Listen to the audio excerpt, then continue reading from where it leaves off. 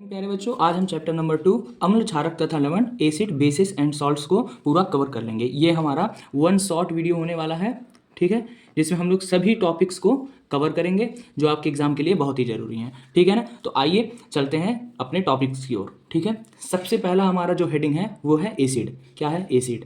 Acid Hindi में कहते हैं इसे अम्ल, ठीक है। आइए समझते हैं इसका जो डेफिनेशन है इसे, ठीक है। वे पदार्थ जिनका स्वाद खट्टा होता है, ठीक है। हमारे आसपास ऐसे पदार्थ जिनका स्वाद क्या हो, टेस्ट उनका क्या हो, खट्टा हो, ठीक है ना, खट्टा हो, तथा जो नीले लिटमस को लाल कर देते हैं, ठीक है ना। एक हमारा लिटमस पेपर होता है, ठीक है, लिटमस पेपर, वो नीले रंग के लिटमस पेपर को जो अम्ल होता है वो क्या कर देता है, लाल कर देता है, ठीक है ना, कौमा अम्ल कहलाते हैं, ठीक है। ये हमारा जो डिफिनेशन है ये हमारा क्लास 8th के बेसिस पे डिफिनेशन है, ठीक है ना। अब आइए समझते हैं, जब हम लोग 10th में आ गए हैं तो कुछ अलग तो पढ़ना ही पड़ेगा। तो हमारे एक वैज्ञानिक भैया हैं जिनका नाम है अर्हेनियस, ठीक है। उन्होंने अपने हिसाब से अम्ल का परिभाषा दिया। क्या कहा, देखिए, अर्हेनियस के अनुसार वे पदार्थ जो जल में वियोजित होकर केवल हाइड्रोजन आयन देते हैं, ठीक है ना। मतलब जैसे कोई भी अम्ल को लिया हमने और उसको जल में वियोजित कर दिया, जल में क्या किया, वियोजित किया। जल में अम्ल को जब हम वियोजित करेंगे तो हमें H+ आयन प्राप्त होगा, ठीक है ना। इसके अलावा कोई और धनायन ना दे, तथा जब हम उसको ऐड करेंगे तो उसके अलावा H+ के अलावा कोई और पॉजिटिव हमारे पास आयन ना मिले हमें, ठीक है ना। इससे यह स्पष्ट है कि सभी अम्ल में हाइड्रोजन तत्व होता है। अब सोचिए, कह रहा है कि जब एसिड को हम मिलाएंगे जल में तो H+ आयन मिलेगा, तो अर्थात यही तो है कि भैया H+ आयन मिलने का मतलब है कि उस एसिड में जरूर हाइड्रोजन तत्व होगा, ठीक है ना। आई होप कि ये समझ में आ गया होगा, बहुत ही ईजी है, ठीक है ना। आगे देखते हैं कि हमारे भैया जो अम्ल हैं वो कहाँ कहाँ से प्राप्त होते हैं हमें, ठीक है। सबसे पहला है सिरका, ठीक है, हमें सिरके से प्राप्त होता है, ठीक है, जिसमें कौन सा अम्ल होता है, एसिटिक अम्ल। सिरका बेटा उसी को जिसको हम लोग विनेगर कहते हैं, जब अपने गांव वगैरह में या फिर शहरों में जो आप लोग चाउमीन खाते हैं दुकान का, उसमें सिरका जरूर डालते हैं, ठीक है ना। फिर कह रहा है नींबू तथा संतरा में कौन सा पाया जाता है, सिट्रिक अम्ल पाया जाता है, ठीक है ना। सिट्रिक अम्ल, नींबू तथा संतरा में सिट्रिक अम्ल पाया जाता है, ठीक है। इमली में टार्टरिक अम्ल, इमली में टार्टरिक अम्ल, ठीक है। और टमाटर में ऑक्जेलिक अम्ल, टमाटर में क्या पाया जाता है, ऑक्जेलिक अम्ल। और दही में क्या पाया जाता है, लैक्टिक अम्ल, ठीक है। ये सारी चीज़ें बहुत ही इंपॉर्टेंट हैं, ये जितना मैंने नोट डाउन कर रखा है ये बहुत ही इंपॉर्टेंट है। समझ में आया? अब देखिए, क्योंकि ये वन शॉट है, हमें शॉर्ट में सारी चीज़ों को खत्म करना है, इस वजह से मैंने प्रबल अम्ल और दुर्बल अम्ल को यहाँ किनारे एडजस्ट कर दिया है, ठीक है ना। प्रबल अम्ल क्या होते हैं, वे अम्ल जो जल में पूर्णतः वियोजित हो जाएं, ठीक है। मतलब those acids which dissolve completely in water, ठीक है। मतलब जो भी अम्ल हों वो जल में पूरी तरीके से क्या हो जाएं, घुल जाएं, ठीक है ना, उनको कहते हैं प्रबल अम्ल। एग्जाम्पल है हाइड्रोक्लोरिक एसिड, ठीक है ना, सल्फ्यूरिक एसिड, ठीक है, नाइट्रिक एसिड, ठीक है, HCl, H2SO4 एंड HNO3, ठीक है बेटा। उसके बाद आइए देखिए, दुर्बल अम्ल क्या होते हैं, वे अम्ल जो जल में पूर्णतः वियोजित ना हो, जो पूरी तरीके से जल में क्या हो, घुले ना, डिजोल्व ना हो, डिजोल्व पूरी तरीके से ना हो, ठीक है। जैसे HCN, CH3COOS। देखिए सबसे बड़ी बात यह है, जो दुर्बल अम्ल होते हैं वो हाइड्रोकार्बन्स होते हैं, हाइड्रोकार्बन्स होते हैं, ठीक है ना। हाइड्रोकार्बन मतलब जिसमें H भी हो और C भी हो, मतलब हाइड्रोजन भी हो और कार्बन भी हो। हम आगे कार्बन एंड इट्स कंपाउंड वाले चैप्टर में पढ़ेंगे, कार्बन और इसके यौगिक वाले चैप्टर में, ठीक है ना। आई होप आपको प्रबल अम्ल और दुर्बल अम्ल अच्छे से समझ में आ गया होगा, ठीक है। मैं यही बता देता हूँ, आगे चल के प्रबल क्षार और दुर्बल क्षार भी आएगा, सेम यही परिभाषा है, ठीक है ना। वह क्षार जो जल में पूर्णतः वियोजित हो जाए, ठीक है, प्रबल क्षार कहलाते हैं। वह क्षार जो जल में पूर्णतः वियोजित ना हो, दुर्बल क्षार कहलाते हैं। सीधी सी बात है, समझ में आ गया ना। अब आइए जो सबसे मेन इंपॉर्टेंट हमारा टॉपिक है उसके बारे में समझते हैं, ठीक है ना, जो है हमारा अम्लों के रासायनिक गुण। अम्लों के रासायनिक गुण देखिए हमारे एग्जाम में 100% इंपॉर्टेंट है, ठीक है, इंपॉर्टेंट है हमारे एग्जाम के प्रोस्पेक्टस से, ठीक है। अम्लों के रासायनिक गुण बेटा एग्जाम में पूछता है, ठीक है ना। देखिए सबसे पहला है धातुओं से अभिक्रिया, ठीक है। क्या होगा जब अम्लों का हम धातुओं से, धातु मतलब मेटल से हम क्या करेंगे, अभिक्रिया कराएंगे, ठीक है। तो हमने बहुत शॉर्ट में लिखा है, ठीक है, आप इसको डिस्क्रिप्टिव बना करके लिख सकते हैं, ठीक है। हमने क्या लिखा है, धातु को जब अम्ल से क्रिया कराएंगे तो हमारा लवण मिलेगा, लवण को इंग्लिश में साल्ट कहते हैं, और हाइड्रोजन गैस निकलेगा, ठीक है। मुझे पूरा विश्वास है कि आपको ये क्लियर हो गया होगा, ठीक है। एग्जाम्पल है जैसे जिंक है और HCl है, इन दोनों का जब हम क्रिया कराएंगे तो ZnCl2 मिलेगा। क्या मिलेगा, ZnCl2 हमारा क्या है, लवण है, और हाइड्रोजन गैस निकल रहा है। समझ में आया? आप इसको बढ़ा चढ़ा करके डिस्क्रिप्टिव लैंग्वेज में लिख करके मार्क्स पा ठीक है ना। एग्जाम में इस तरह से आता है, क्या होता है जब धातुओं का अभिक्रिया अम्ल से कराया जाता है, तो आपको क्लियरली लिखना है, जब धातुओं का अभिक्रिया अम्ल से कराया जाता है तो लवण तथा हाइड्रोजन गैस हमें परिणाम स्वरूप प्राप्त होता है, और एक उदाहरण से उसको 4 चांद लगा देना है, ठीक है ना। नेक्स्ट हमारा जो टॉपिक है वो है धातु कार्बोनेटों तथा हाइड्रोजन कार्बोनेटों से अभिक्रिया। देखिए धातु कार्बोनेट हो, ठीक है, या फिर हाइड्रोजन कार्बोनेट हो, ठीक है ना। तो धातु कार्बोनेट का मतलब जैसे कोई धातु आ जाए, कैल्शियम कार्बोनेट, ठीक है। हाइड्रोजन कार्बोनेट मतलब HCO3, ठीक है ना, हाइड्रोजन उसमें ऐड हो, ठीक है। जब धातु कार्बोनेट या फिर हाइड्रोजन कार्बोनेट, ठीक है, अम्ल से क्रिया करता है तो लवण और CO2 गैस और जल निकालता है, मतलब परिणाम स्वरूप लवण, CO2 गैस और जल हमारा प्राप्त होता है, ठीक है ना। एक उदाहरण देखिए, जैसे CaCO3, ठीक है, कैल्शियम कार्बोनेट का जब हम HCl से क्रिया करा रहे हैं तो ठीक है, कैल्शियम क्लोराइड, CO2 गैस और H2O हमें प्राप्त हो रहा है, ठीक है ना। आई होप कि आपको ये बहुत अच्छे से समझ में आ गया होगा, ठीक है। आगे चलते हैं। अब हमारा हेडिंग है धातु ऑक्साइड के साथ अभिक्रिया। जब हम धातुओं का धातु ऑक्साइड के साथ अभिक्रिया कराते हैं तो क्या होता है, ठीक है ना। देखिए जब हम धातु ऑक्साइड का अम्ल से क्रिया कराते हैं, ठीक है ना, तो लवण और जल हमें प्राप्त होता है। क्या आपको समझ में अच्छे से आ गया, ठीक है। आइए अब हमारा जो नेक्स्ट टॉपिक है, ये बहुत ही ईजी चैप्टर है, ठीक है, और ये बहुत ही जल्दी आप देखेंगे कम ही समय में ये खत्म हो जाएगा, ठीक है। ये चैप्टर बहुत ही ईजी है, ठीक है। बाकी चैप्टर्स को अभी हम आपके लिए आज है कुछ अलग भी, ठीक है ना, हमने अलग से बना रखा है उसको, अभी मैं प्रेजेंट करता हूँ, ठीक है। देखिए उसके बाद है हमारा जो नेक्स्ट टॉपिक है, हमने अम्ल पढ़ चुका, ठीक है ना। अच्छा, अम्लों का उपयोग कहाँ किया जाता है?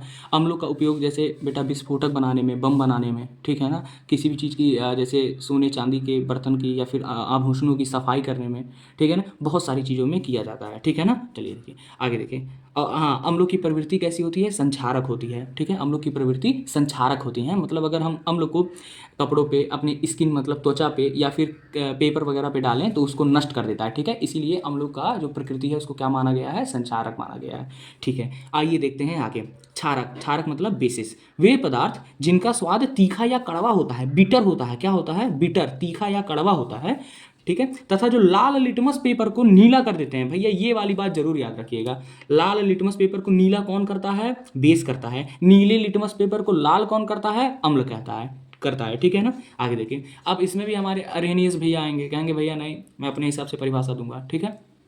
तो देखिए अरेनियस भैया क्या कह रहे हैं, अरेनियस भैया देखिए क्या कह रहे हैं, कह रहे हैं कि अरेनियस सिद्धांत के अनुसार, ठीक है, वे पदार्थ जो जल में घुलने, ठीक है, घुलने मतलब डिजॉल्व होने पर, ठीक है, OH नेगेटिव का आयन देते हैं, OH हाइड्रो ऑक्साइड आयन इसको पढ़ते हैं, ठीक है, देते हैं, उनको क्या कहते हैं? क्षारक कहते हैं। एग्जाम्पल जैसे NaOH, ठीक है ना। जब हम इसको जल में मिलाएंगे, इधर देखिए, जब हम NaOH को ऐसे जल में मिक्स करेंगे, ठीक है, जल में क्या करेंगे?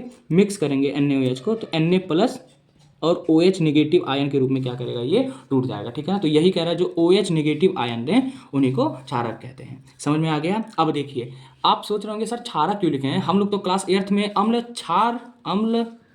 क्षार तथा लवण पढ़े थे, तथा लवण पढ़े थे। सर आप क्षारक क्यों लिखे हैं? देखो क्षार और क्षारक में अंतर होता है, क्षार और क्षारक में अंतर होता है, ठीक है। जो क्षारक एक्चुअली होता सबसे पहले क्षारक है, अगर ये क्षारक जल में मतलब H2O में घुल जाएगा तो इसको क्षार कहेंगे। इसको क्या कहेंगे? क्षार। यही मैंने लिखा है नोट में, वे क्षारक जो जल में घुलनशील हैं, मतलब जो क्या हैं? घुल सकते हैं, वो क्षार कहलाते हैं। समझ में आ गया? आई होप क्षार और क्षारक में आपको डिफरेंस पता चल गया होगा, ठीक है ना। तो आइए चलते हैं नेक्स्ट पेज की ओर। क्षारों के रासायनिक गुण, ठीक है, हम लोग क्षार पढ़ चुके हैं, अब क्षारों के रासायनिक गुण हम लोग पढ़ेंगे, ठीक है। धातुओं से अभिक्रिया, जिस प्रकार अम्ल का पहले था कि धातुओं से अभिक्रिया, इसी प्रकार क्षारकों का भी सबसे पहले धातुओं से अभिक्रिया कराएंगे। तो जिस तरह अम्ल, ठीक है, धातु से क्रिया करके लवण और हाइड्रोजन गैस बनाता था, उसी तरह हमारा धातु भी करता है, ठीक है। धातु, ठीक है, क्षार के साथ क्रिया करके लवण और हाइड्रोजन गैस बनाता है। जैसे जडन ले लीजिए, जडन हमारा धातु है जिंक, ठीक है, इसको NaOH, ठीक है, सोडियम हाइड्रो ऑक्साइड का एक्वस सोल्यूशन, ठीक है, जलीय विलयन हम लोग ले लें, ठीक है, उसको अगर हम रिएक्शन कराएंगे तो हमारा Na2ZnO बनेगा, ठीक है ना। ये हमारा लवण है बेटा और ये हाइड्रोजन गैस, ठीक है। धातु ऑक्साइडों से अभिक्रिया, ठीक है, जो धातु ऑक्साइड होते हैं जैसे बुझा हुआ चूना, इससे अभिक्रिया कराएंगे तो क्या? ये OH का होल ट्वाइस है और CO2 है, ठीक है, ये हमारा क्या है? धातु ऑक्साइड है। जब इसका हम क्रिया कराएंगे तो हमारा कैल्शियम कार्बोनेट प्राप्त होता है। क्या प्राप्त होता है? कैल्शियम कार्बोनेट, जो कि ये क्या है? लवण है, ठीक है ना, और जल प्राप्त होता है। अच्छा, कुछ चीज़ें हैं, ठीक है, कुछ चीज़ें हैं जो टूट रही हैं इसको पकड़ लीजिए, अभी समय है पकड़ लीजिए, वरना एग्जाम टाइम में याद करेंगे सर क्या है। सबसे पहला स्टार पॉइंट देखिए, अम्ल व क्षारक आपस में क्रिया करके, ठीक है, जो अम्ल व क्षारक होते हैं, ठीक है, ध्यान से सुनिएगा, ये बहुत ही इंपॉर्टेंट है, इसलिए मैंने थोड़ा अलग तरीके से लिखा है।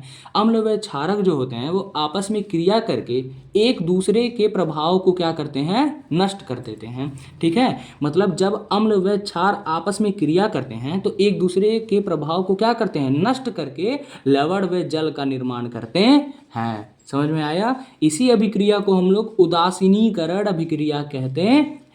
इसी अभिक्रिया को हम लोग उदासीनीकरण अभिक्रिया कहते हैं, न्यूट्रलाइजेशन रिएक्शन, ठीक है ना, न्यूट्रल कर देना। जैसे अगर अम्ल को अगर हम लोग क्षार से मिला दिए तो अम्ल का भी गुण खत्म हो जाएगा और क्षार का भी गुण खत्म हो जाएगा, और दोनों मिक्स होकर के हमारा क्या बनाएंगे, लवण तथा जल का निर्माण करेंगे। समझ में आ गया ना? यही हमारा अभिक्रिया है उदासीनीकरण अभिक्रिया, ठीक है ना। जैसे एग्जाम्पल एक ले लीजिए, एक एग्जाम्पल, ठीक है, HCl ले लीजिए, ठीक है, HCl ले लीजिए और NaOH ले लीजिए, NaOH। जब इसको हम लोग मिक्स करेंगे, ठीक है ना, तो हमारा बनेगा बेटा NaCl बनेगा, ठीक है, प्लस H2O बनेगा, ठीक है ना। NaCl हमारा लवण हो जाएगा, H2O हमारा जल हो जाएगा, ठीक है ना। आई होप आपको समझ में आया होगा। अब देखिए एक और इम्पॉर्टेंट टॉपिक है, कह रहा है जब अम्ल को जल में मिलाया जाता है, जब हम लोग अम्ल को जल में मिलाते हैं, जब हम लोग अम्ल को जल में मिलाते हैं, ठीक है ना, वियोजित करते हैं, तो वह H+ आयन देने के कारण जल में H3O पॉजिटिव, मतलब जिसको हाइड्रोनियम आयन कहते हैं, उसका निर्माण करता है। कैसे करता है, ध्यान से देखिए, कैसे करता है, ध्यान से देखिए। जैसे हम यहाँ किनारे में समझाएंगे आपको। जैसे मान लीजिए ये जल है, ठीक है, जल ऑलरेडी H2O है, ठीक है, हम इसमें HCl मिला दिए, HCl मिलाएंगे तो हमको पता है ना कि जो अम्ल होता है H+ आयन तोड़ देता है, H+ आयन बना, Cl- बना। अब ये H+ जो है इससे आकर के जुड़ जाता है, इसीलिए ये H3O आयन, जिसको हाइड्रोनियम आयन कहते हैं, रेडी कर देता है, ठीक है ना। तो वही चीज़ यहाँ पे क्या है, लिखा हुआ है, क्या लिखा है कि जब अम्ल को जल में वियोजित करते हैं, ठीक है, जब हम अम्ल को जल में वियोजित करते हैं, जब हम अम्ल को जल में वियोजित करते हैं, ठीक है, तो वह H+ आयन देने के कारण जल में हाइड्रोनियम आयन का निर्माण करता है। यहाँ पर ये रहा एग्जाम्पल आपका, ठीक है ना। आई होप कि सबको बहुत अच्छे से समझ में आया होगा, ठीक है। इसके बाद हमको एक टॉपिक डिस्कस करना है, आइए पहले उसको एक पेज में हम लोग डिस्कस कर लेते हैं, ठीक है।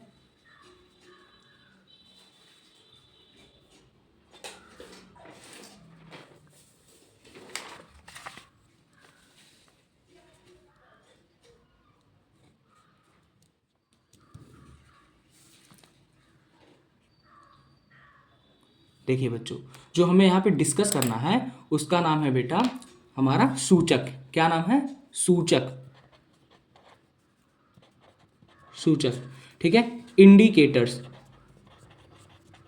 इंडिकेटर्स। अच्छा, आपके बाइक में भी क्या होता है, इंडिकेटर होता है, जो हमें ये बताता है कि रुकना है, इधर जाना, लेफ्ट जाना है, राइट जाना है। इंडिकेटर मतलब क्या, जिसका काम होता है किसी भी चीज़ को दर्शाना, ठीक है ना, इंडिकेटर। अच्छा बेटा, अगर मैं आपसे कहूँ कि ठीक है भैया, आपको ये पता है कि जो एसिड होता है उसका स्वाद कैसा होता है, खट्टा होता है, ठीक है, तो क्या मैं कोई भी पदार्थ आपको एक लाऊं, एक पदार्थ है ए, उसको मैं आपको दूं और कह दूं भैया जरा इसको बताओ एसिड है या बेस, तो क्या ये पॉसिबल है कि आप उसको चख करके बताएंगे ये अम्ल है या क्षार है कि क्या है? ये संभव नहीं है। हो सकता है वो पदार्थ जहरीला हो, ठीक है ना।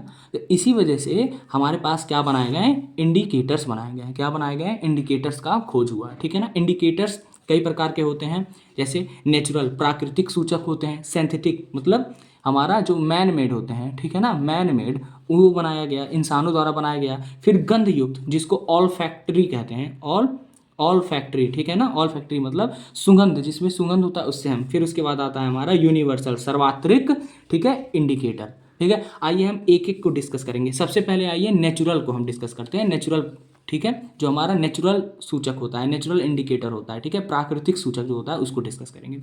नेचुरल सूचक में कौन कौन से आते हैं, देखिए नेचुरल सूचक में आते हैं बेटा, जैसे मान लीजिए आपका सबसे पहले तो लिटमस पेपर ही है, लिटमस पेपर, लिटमस पेपर ही सबसे पहले है।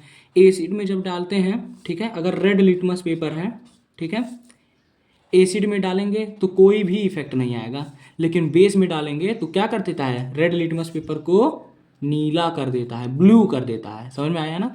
इसी प्रकार हमारे पास अगर ब्लू लिटमस पेपर हो, लिटमस पेपर दो प्रकार के होते हैं, एक रेड होते हैं एक ब्लू।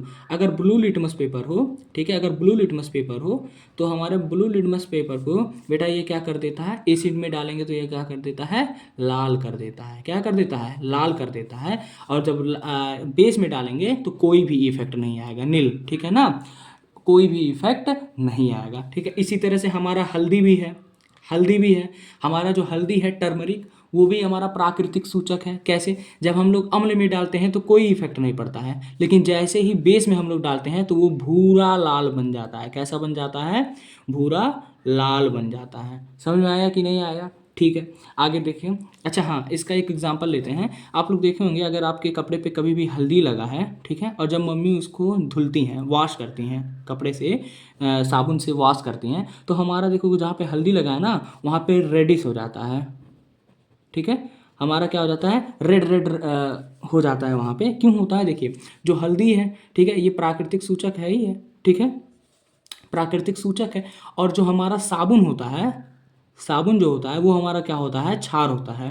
और अभी हम बताएं कि जब क्षार, ठीक है, हल्दी से क्रिया करता है तो भूरा लाल रंग बनाता है। इसी वजह से जब ये क्षार हल्दी के कांटेक्ट में आता है कपड़े पर तो वहाँ पे रेड रेड और ब्राउन कलर में हमारा रंग उसको कन्वर्ट हो जाता है, ठीक है ना। ये बात समझ में आया होगा आपको, ठीक है। ये रहा हमारा प्राकृतिक सूचक, ठीक है। नेचुरल इंडिकेटर्स खत्म हो गया, ठीक है, नेचुरल इंडिकेटर्स। आगे हमको क्या पढ़ना है, देखिए आगे है हमारा,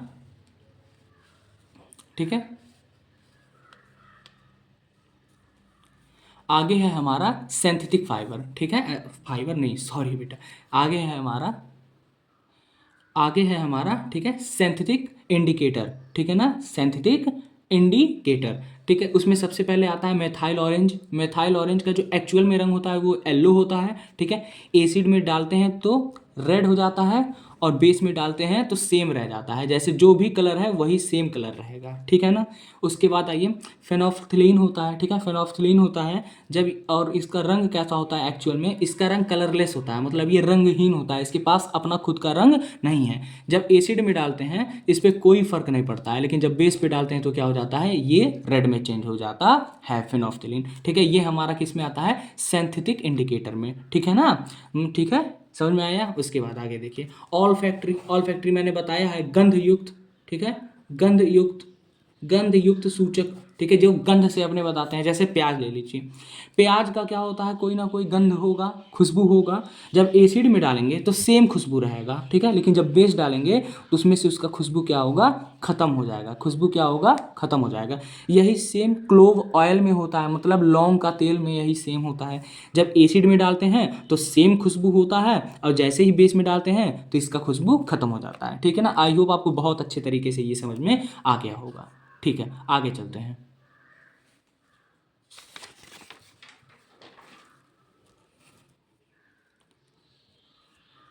ठीक है। और उसके बाद से जब हमारा तीन हो गया, ठीक है, तीन हो गया, प्राकृतिक सूचक हो गया, ठीक है, सिंथेटिक इंडिकेटर हो गया, मानव निर्मित सूचक हो गया, ठीक है, ऑल फैक्ट्री हो गया, मतलब गंध युक्त हमारा सूचक जो था वो भी हो गया, ठीक है। अब हमें पढ़ना है सर्वात्रिक, ठीक है, सर्वात्रिक, यूनिवर्सल, यूनिवर्सल जो सभी जगहों पे क्या हो, एप्लीकेबल हो, ठीक है ना, हर जगह इसका क्या हो, मान्य हो, ठीक है। तो जो हमारा सर्वात्रिक, ठीक है ना, सूचक होता है वो होता है पीएच। क्या होता है, पीएच स्केल, ठीक है, पीएच स्केल, इसको हिंदी में मान कहते हैं, पीएच मानक या मान, ठीक है ना, समझ में आया। तो आइए पढ़ते हैं, क्या होता है पीएच का मतलब होता है पोटेंशियल ऑफ हाइड्रोजन, ठीक है। इसमें होता ये है हाइड्रोजन के कंसंट्रेशन से ये पता कर लेता है कि भैया जो हमारा पदार्थ है वो अम्लीय है, क्षारकीय है या फिर उदासीन है, ना अम्ल है या क्षार है,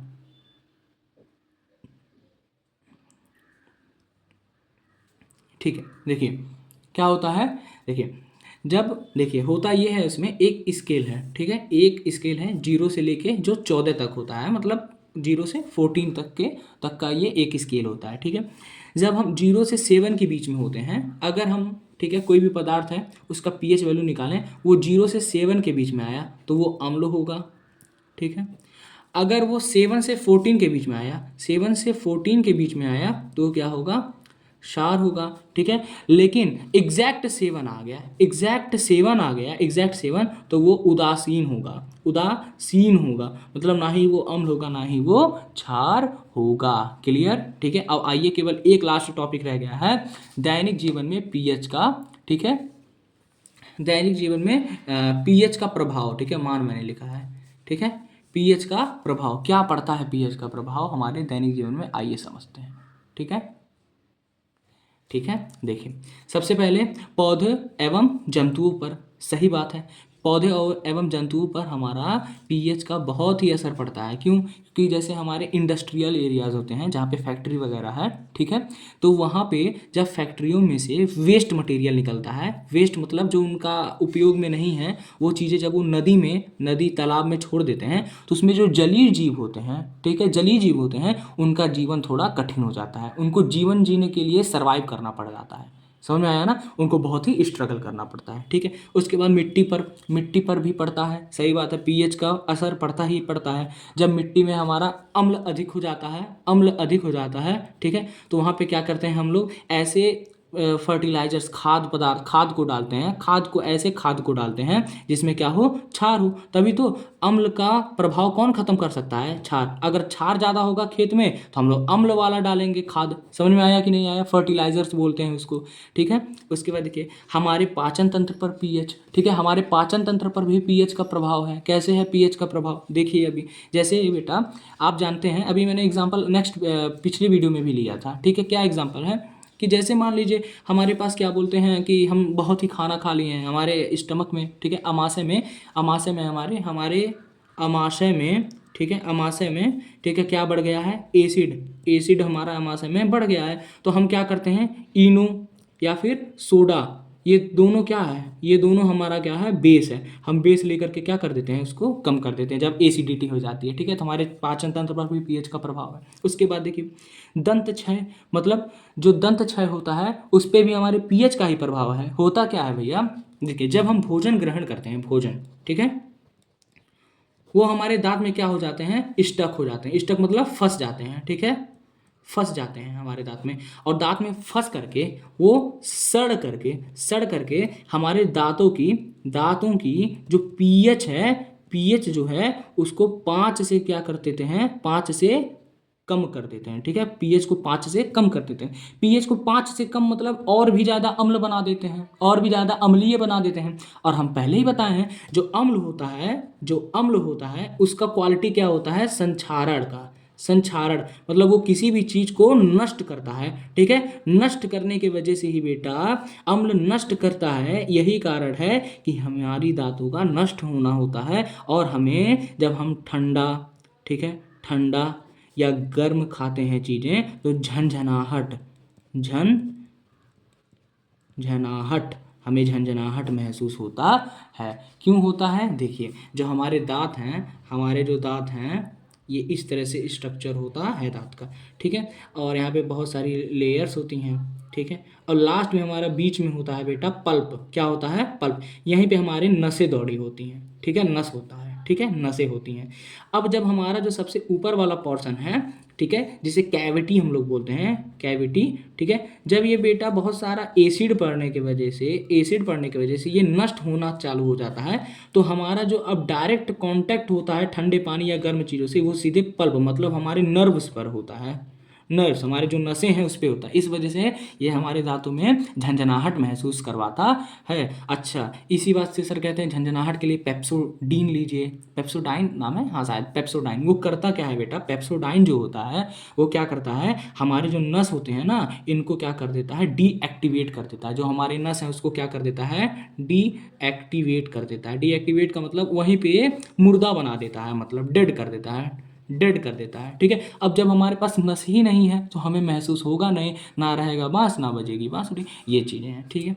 कह रहा है कीटों से उत्पन्न रसायन से आत्मरक्षा करने पे भी हमारा पीएच का प्रभाव है, सही है। जैसे हमें मधुमक्खी काट ली कभी, मधुमक्खी जब, ठीक है, तो हमारे दादा बाबा क्या करते थे, उस पर चूना निकालते थे, चूना लगा देते थे, कहते थे चूना लगा लो सही हो जाएगा। क्यों चूना लगा लो भैया, चूना क्या होता है, बेस होता है, ठीक है। मधुमक्खी वगैरह काटी तो एसिड हमारे अंदर डाल देती हैं, क्या डाल देती हैं, एसिड डाल देती हैं। तो एसिड पे जब हम बेस डालेंगे तो उसका प्रभाव खत्म हो जाता है, ठीक है ना। आई होप कि आपको ये बहुत अच्छे से समझ में आया होगा। ये बहुत ही ईजी चैप्टर है, इसमें केवल समझने वाली चीज़ें हैं, ठीक है। वीडियो को 2-3 बार देखिए भैया, और एक बार मेरे कहने से आप NCERT एक बार केवल रीड कर लीजिए। आपका एक भी टॉपिक मैंने नहीं छोड़ रखा है, ठीक है, एक भी टॉपिक नहीं छोड़ रखा है, ठीक है। अब आप एक बार जब रीड करेंगे आपको लैंग्वेज पता चल जाएगा कि लिखते कैसे। आपके पास कोई भी बुक हो, बुक एक बार जरूर पढ़िए, ठीक है। ये मेरा काइंडली रिक्वेस्ट है, बुक एक बार जरूर पढ़िए, ठीक है ना।